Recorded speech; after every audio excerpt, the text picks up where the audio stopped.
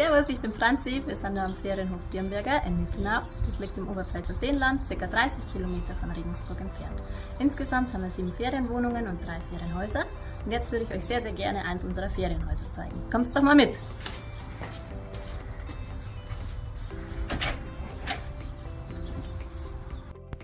Herzlich willkommen in unserem Flößerheisel. Dieses Haus hat ca. 100 Quadratmeter Wohnfläche, 2 Schlafzimmer, 2 Bäder, eine Wohnküche, ein separates Gäste-WC und ein Wohnzimmer mit Kamin. Selbstverständlich gibt es auch eine große Terrasse, einen Balkon und einen eingezäunten Garten. Aber schaut's doch selbst!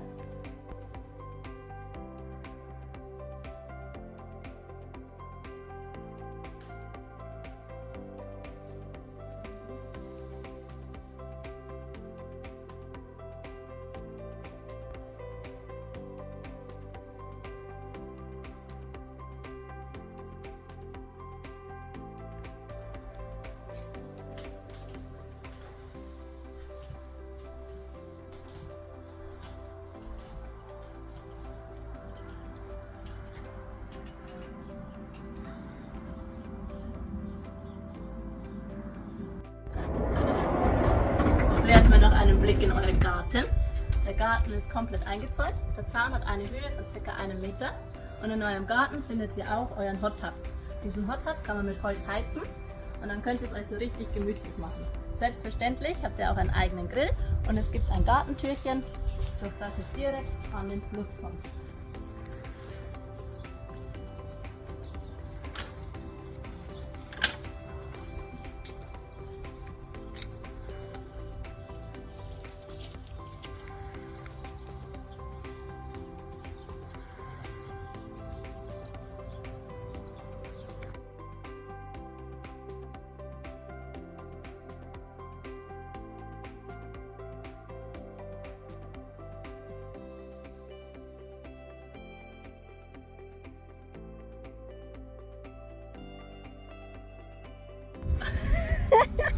Unsere tierischen Mitbewohner und wir freuen uns auf euch. Ganz liebe Grüße vom Ferienhof Dirnberger aus dem Oberpfälzer Seenland und hoffentlich bis bald!